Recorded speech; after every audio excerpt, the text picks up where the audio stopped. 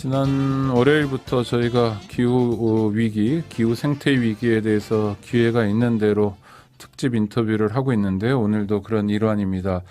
자꾸 기후 위기에 대해서 말씀드리는 까닭은 정말 중요해서입니다.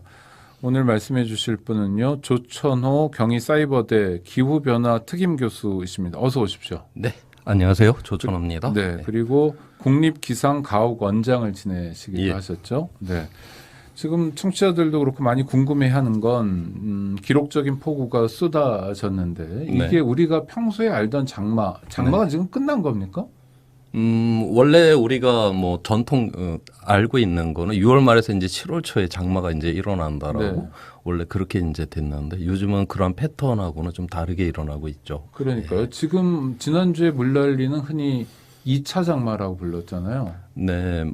그렇죠. 그 뭐 8월 달에 그렇게 약하게 장마가 이제 지나가는 경우가 있는데 그런데 이제 굉장히 많은 그렇게 이제 비를 이제 쏟아냈기 때문에 좀 굉장히 이례적이다라고 우리가 그렇게 이해를 하고 있습니다. 계속되는 연속적인 장마도 우리가 경험했고요. 네. 그다음에 마른 장마도 경험했고 요번에 2차 장마도 네. 이렇게 쏟아지는 것도 경험했고 예. 하여튼 지금 새로운 패턴의 장마와 만나고 있는 거네요. 그러니까 뭐 장마뿐만이 아니라 모든 이러한 날씨, 특히 이제 극단적인 이러한 이상적인 이러한 날씨들이 이게 왜 일어나냐라고 하면 지금 이제 대기가 우리 인간이 증가시킨 이 온실가스에 의해서 이게 충격을 받아버렸어요. 네. 충격을 받으니까 지금까지 유지가 되어 왔던 이러한 균형, 어떤 패턴이 지금 무너지는 상황 속에서 이러한 여러 가지 예전과는 경험하지 못했던 이러한 현상들이 지금 일어나고 있다고 그렇게 보고 우리가 있습니다. 알던 한반도에서의 장마는 말씀하신 것처럼 뭐 네. 6월 말이나 7월 네. 초에 예. 어느 정도 기간 동안 네. 비가 오고 네. 그렇다 하더라도 지금 오는 정도의 강수량은 아니었잖아요. 예전 장마라는 게요. 그렇죠. 그런데 지금 그런데 지금 이렇게 이제 많이 내리는 이유가 이제 뭐냐면 네. 이 기온이 이제 상승을 했으니까 바다에서 증발이 많아졌어요. 네. 그래서 공기 중에 이제 수증기가 이제 증가를 하는데 지금 현재 지구 평균균이 1도가 상승을 했는데 수증기는 6.7%가 지금 증가를 해 있는 상태입니다. 네. 이렇게 되니까 우리가 수증기가 더 많다라고 하는 그만큼 더 많은 구름을 만들 수가 있고 그만큼 더 많은 비를 내릴 수가 있다라고 하는 걸 의미를 하는 것이거든요. 그래서 예전과는 다른 이러한 집중호우의 가능성이 훨씬 더 높아졌다라고 지금 그렇게 보고 있어요. 그런데 지난 봄에 보면 네. 울진이나 이쪽 지역에 산불이 났지 않습니까? 네. 굉장히 오랫동안 탔고 그렇죠. 예, 예. 그럴 때는 또 비가 한 방울도 안 오고 그럴 때 비가 오면 사람이 산불을 끄는 것보다는 훨씬 더 산불 정리가 잘 될 텐데요. 그게 왜 그러냐면 네. 오늘날 그러니까 인간에 의한 이 기후 변화라고 하는 거는 이 극단적인 날씨가 증폭을 하는 거예요. 아. 그러니까 비가 오면은 훨씬 더 예전보다 많은 비가 한꺼번에 쏟아지는 집중호우가 내리는 거고 가뭄이 들게 되면 예전보다 훨씬 더 심한 이러한 가뭄이 드는 것이거든요. 우리가 봄철이면은 가뭄이 들 가능성이 많죠. 네. 기후학적으로다가 그런데 오늘날 이제 기온이 상승을 하는 이러한 상황 속에서는 이 토양의 증발량이 많아집니다. 기온이 올라갔기 네. 때문에 그럼 토양이 바싹 마르죠. 토양만 바싹 마르는 게 아니죠. 거기 낙엽도 바싹 마르고 나무도 바싹 마르게 되고 그러니까 산불이 한번 붙었다면 굉장히 꺼지기가 어려운 이러한 상황이 돼버리는 것이죠. 수분을 머금고 있어야 되는데 네. 보통 때처럼 예. 지구가 더워지니까 다만 1도밖에 더 높아지지 않았지만 이게 엄청난 거군요. 그렇죠. 그러니까 수증기를 끌고 올라가서 예. 여기는 말라지니까 화원이 좋아지는 거네요. 그렇죠. 그러니까 우리가 봄철에는 대체적으로 이제 겨울에서 봄철까지는 우리나라는 거의 강수량이 내리지가 않잖아요. 네. 안 그래도 이제 좀 이제 말라 있는 그러한 상황인데 그거를 훨씬 더 바싹 마르게 만들어 버리니까 훨씬 더 강한 이러한 이제 산불이 일어날 수 있는 조건이 된다라고 하는 것이죠. 네. 그러면 기후 변화 또는 기후 위기를 통해서 지금 우리가 경험하고 있는 게 기록적인 폭우가 있고요. 네. 폭염도 해당 사항이 있습니까? 그럼요. 그러니까 우리 이러한 극단적인 이러한 날씨가 이제 많이 일어나는 이유에 그게 근본적인 거는 이 제트기류가 이제 느려지기 때문이 네. 그런 거거든요. 이 제트기류가 왜 일어나냐? 적도에는 햇빛을 많이 받고요. 극지방에는 햇빛을 적게 받아요. 그러니까 그것 때문에 이제 제트기류가 이제 흐르면서 이러한 이제 에너지의 불균형을 갖다 잡아주는 작업을 합니다. 그런데 오늘날의 인간에 의한 이 지구 가열이 지구를 다 똑같이 가열을 시키는 게 아니라 극지방을 한 3배 이상이 더 빠르게 가열을 시켜요. 그러니까 예전보다 이 적도와 극간의 에너지 차이가 적어졌죠. 그래서 뭐 그린란드나 뭐 이런데 여름에 기온이 굉장히 높아지고 이런 게 그런 현상이군요. 그렇죠. 그쪽이 굉장히 기온 상승이 지금 빠릅니다. 자, 그러면 우리나라에서는 이제 대표적인 게 바로 이제 상공으로 흐르고 있는 이 제트기류가 이제 느려지게 되거든요. 에너지 차이가 적어졌으니까 이게 빨리 흘러야 될 이유가 없어져 버렸죠. 그렇게 느려지게 되는데 제트기류를 따라서 이 고기압과 저기압이 이제 지나가게 되는데 이게 제트기류가 느려졌다라고 하는 거는 고기압과 저기압이 우리나라에서 머물 수 있는 시간이 길어졌다는 걸 의미를 하는 거거든요. 네. 고기압이 계속 지속된다. 이게 여름철에 고기압이 계속 지속되면 이게 바로 폭염이고 이게 가뭄이 되는 거고 저기압이 계속 지속이 된다. 이게 바로 이제 홍수 나는 거 아닙니까? 예. 아이고. 그러면 지구 온난화지만 네. 뭐 지난주에는 저희가 독일 사람들이 뭐 동사를 걱정한다 요새 네네네. 그런 얘기 들었는데 그게 비단 에너지 때문만인지 아니면 네. 실제로 그런 폭염이 아니라 이게 뭐죠? 아주 이 추운 그런 갑자기 단어가 생각이 안 나가지고 한파. 네, 예. 한파가 밀어닥칠 예. 가능성도 있는 건지 그러니까 여쭙고 싶습니다. 지금 독일 사람이 이제 금년에 동사를 걱정하는 이유는 이제 러시아가 이제 가스를 네네. 이제 막았기 때문에 그런 것이고요. 그런데 우리나라가 이렇게 이제 지구 가열이 일어나고 있다라고 하는데 겨울철에 한파가 들어올 때 보면 굉장히 강하게 들어오잖아요. 최근에 네. 그 이유가 뭐냐면 이게 제트기류가 어떤 기능을 하냐면 이 북쪽의 차가운 공기를 갖다 막아주는 기능을 합니다. 네. 우리가 여름철에 이런 도심을 지나가면 에어 커튼이라고 하죠. 그 가게 문을 활짝 다 열어놓고 가게 위에서 아래쪽으로 바람을 세게 이렇게 꽂으면 그 가게 안은 에어컨을 켜갖고서 차가운데 바깥에 이 뜨거운 공기하고 이게 차단 효과를 갖죠. 그 네. 문 위에서 이제 아래쪽으로 바람을 네. 세게. 근데 이 바람이 약해지게 되면 안쪽에 차가운 공기와 바깥쪽에 뜨거운 공기가 서로 이게 잘 섞이게 되겠죠. 냉방도 잘 안 되는 거예요. 네. 그런데 이게 제트기류가 약해졌다라고 하는 바로 북쪽을 막고 있는 이 한파, 이 차가운 공기를 막는 그 힘이 약해졌다는 걸 의미를 하는 거거든요. 그러니까 이 제트기류가 약해지면서 또 겨울에 한파를 경험할 때는 굉장히 세게 경험을 하는 이유가 바로 그것 때문에 그렇습니다. 그런데 이게 인간이 적응하기도 어려운 상황인 것 같고요. 폭염, 뭐 폭우, 한파 뭐 그렇고 또 하나는 우리가 하여튼 먹고 사는 존재잖아요. 네. 그런데 우리가 먹어야 될 농작물이나 이런 것도 네. 그러니까 기후 위기가 생태 위기로 연결돼 가지고 좀 힘들어지지 않나 이런 생각도 드는데요. 실제로 우리가 금세기 안에 네. 일어날 그 위기에서 어떤 물리적으로 이 세상이 뭐 어마어마하게 큰 뭐 태풍이 온다라든가 이래서 무너지는 것보다는 지금 금세기 안에 거의 이건 확실하다라고 보는 거는 지구 평균 기온이 2도 이상 상승을 하게 되면 식량이 약 한 10% 정도가 줄어들 것이다라고 그렇게 보고 있어요. 네.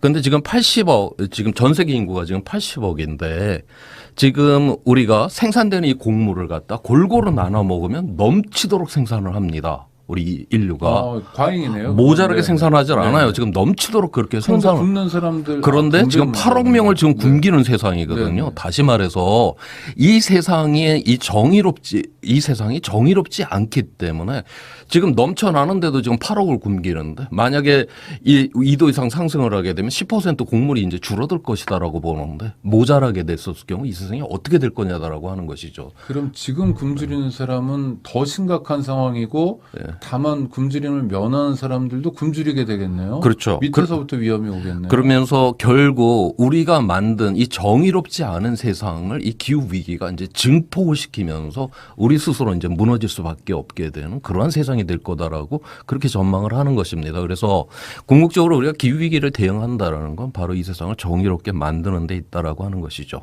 네. 기후 위기 때문에 지구가 갑자기 뭐 어떻게 돼가지고 인류가 뭐 다 멸종하고 이런 거는 그냥 영화적 상상일 뿐이고. 그건 금세기 안에는 그게 수백 년 후에는 그렇게 될 수가 있어요.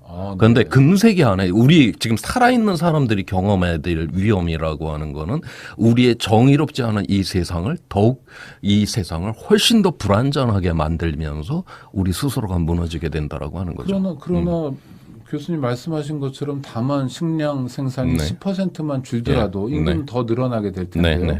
아주 비극적인 결과로 이어질 수도 있겠네요. 그렇죠. 지금 우리가 2050년 앞으로 30년 후에 지금 현재보다 인구가 20억이 늘어나게 될 거다라고 보고 있어요. 100억이요? 네, 100억 될 거라고 보고 있고 그다음에 인간이 지금 우리 뭐 TV 이렇게 틀어보면 우리 먹방이라고 하잖아요. 뭐 지지고 볶고 튀기고 굽고 지금 난리가 났지 않습니까? 엄청나게 많이 먹는 것도 보여주더라고요. 그 먹는 욕망을 극대화를 시키는 우리가 이거를 우리의 몸을 갖다가 건강하게 해서 먹는 게 아니라 이제는 우리의 욕망을 충족시키기 위해서 지금 그렇게 먹어대지 않습니까? 지금 그래서 지금 뭐 중국이라든가 인도, 베트남 이런 나라 경제 성장률이 상당히 빠르거든요. 그런 나라들도 그 끼니 문제 해결하고 나면 그 친구들도 먹방을 틀어놓고 침을 질질 흘리는 이러한 먹는 욕망을 극대화시키는 이런 세상이 될 거라고 보고 있어요. 그래서 앞으로 30년 후에 인구가 20억이 늘어나고 그다음에 인간의 지금처럼 우리가 먹는 욕망까지 충족을 시켜줘야 된다면 현재 생산되는 곡물 생산량을 약 60%를 늘려야 된다고 그렇게 보고 있습니다. 자 그런데 정상적으로 가려면 60%를 늘려야만 지금 뭐 하여튼 그 먹방이든지 100억을 먹이고 예, 그 먹는 욕망을 다 충족을 시킬 수가 있는 것인데 현실은 지금 기후 위기가 일어나서 오히려 지금 줄어들 거라고 지금 전망을 하고 있거든요. 네. 그럼 먹는 거를 갖고 이 수요와 공급 간에 이러한 불이치가 일어나는 이러한 세상 이건 완전히 어떤 그 지옥과 같은 그러한 세상을 이제 혼돈된 그러한 세상을 이제 의미를 하는 것이죠. 인구가 많이 늘어나는 지역은 네. 아무래도 적도 가까운 데 있는 네. 흔히 얘기하는 저개발 맞습니다. 국가에서 많이 늘어날 거고요. 맞습니다. 먹는 문제는 뭐 온대지방이나 뭐 산업화가 많이 네. 된 데는 그래도 네. 먹는 문제에 대해서는 뭐 좀 자유롭게 되고 이렇게 될 거 아닌가요? 그러니까 지금 말씀하신 것처럼 늘어나는 인구 대부분이 이제 열대 이제 가난한 나라에서 주로 그 네. 20억이 늘어나는 것도 그쪽에서 늘어날 거라고 보고 있거든요. 그런데 오늘날의 이 기후 위기로다가 이 식량 생산이 모든 지역에서 똑같이 줄어드는 게 아니에요. 북쪽에 있는 나라들은 추운 나라가 따뜻해졌잖아요. 네. 그래서 농사가 안 되는 곳에 농사도 잘 됩니다. 이미 유럽은 자급자족을 해요. 그런데 유럽 전체적으로 보면 식량 생산이 이 기후 위기를 통해서 앞으로 30년에 더욱더 늘어나게 될 거다라고 보고 카나다도 자급자족 이상을 하는데 거기도 더욱더 늘어날 것이다라고 봐요. 네. 우리가 마태 효과라고 하죠. 가진 자가 더욱더 많이 갖고 그다음에 갖지 못한 자는 더욱더 갖지 못할 것이다라고 하는 이러한 비극적 상황이 일어나는 이 기후 위기가 그래서 굉장히 이러한 불평등한 이러한 위기를 갖다 또한 일으키게 될 거다라고 그렇게 보고 있습니다. 한국은 세계 경제 7위의 경제 네. 대국이고 이미 강대국 선진국이기 때문에 잘못 들으면 사람들이 네. 기후 위기의 문제는 아프리카나 이쪽 네. 동남아의 가난한 나라의 문제지 우리하고는 상관없다라고 생각할 수도 있을 것 같은데 그건 정말 잘못 생각하는 거죠. 그렇죠. 그러니까 2010년도에 지금 우크라이나 그 러시아가 그 당시에 이제 가뭄이 굉장히 심하게 들었는데 원래 네. 우크라이나 러시아가 밀을 상당히 많이 생산하는 그렇죠. 나라예요. 세계 2위, 예. 네. 그래서 그게 주로 이제 북아프리카 그다음에 그 중동 지방에 주로 수출을 하는데 2010년도에 그 가뭄이 심하게 되니까 우크라이나 러시아 밀 한 톨도 수출하지 않습니다. 자기 국민부터 미게 살린다라고요. 자, 그런데 우리나라 알다시피 지금 식량 자급률, 곡물 자급률 겨우 한 20% 되는 나라예요. 네. 지금은 우리가 돈이 있으니까 그걸 다 사갖고 올 수가 있는데 나중에 전 지구적으로다가 식량이 모자라는 상황 속에서 우리가 돈을 갖고 그 식량을 살 수가 있을 것이냐? 우리는 그 질문을 하고 그 질문에 우리가 지금 답을 해야 되는 게 지금 이 국가를 운영하는 사람들의 가장 첫 번째 그 임무 중에 하나가 아닌가? 저는 그렇게 보고 있습니다. 밀 수출국이어도 네. 아무리 달러를 준다 하더라도 자기 국민부터 먹이지 수출은 그 다음의 일이다. 그러니까 인류 역사를 네. 보게 되면 우리가 뭐 배울 때는 그렇게 배웠죠. 뭐 이게 먹을 게 모자라면 콩 한 조각 쪼개 먹으라고 그렇게 배웠지만 가족들끼리 하는 거죠. 아니 네. 근데 인류 역사에 있어서 네. 식량이 부족해가고 콩 한 조각을 쪼개 먹었다는 역사가 없지 않습니까? 무조건 전쟁이 붙어버렸죠. 예. 식량이 모자랐었을 때. 예. 아주 심각한 상황인데요. 그렇죠. 예. 그런데 이제 국내로 돌아오면 네. 지금도 지난번 물난리에 대해서 대책이 네. 뭐 네. 강남 지역에 1조 5천억 원짜리 대하수 예. 뭐 이런 걸 만들자 이런 네. 건데 일단 지금 심각성을 만약 인식한다면 네. 대한민국 정부는 어떻게 움직여야 됩니까? 지금 대한민국 정부 우리가 특히 대한민국이 가장 이 기후 위기에 있어서는 그 선두에 서서 이 문제를 해결을 해야 돼요. 왜냐하면 우리나라의 생존이 영토 안에서 지금 이루어지지 않잖아요.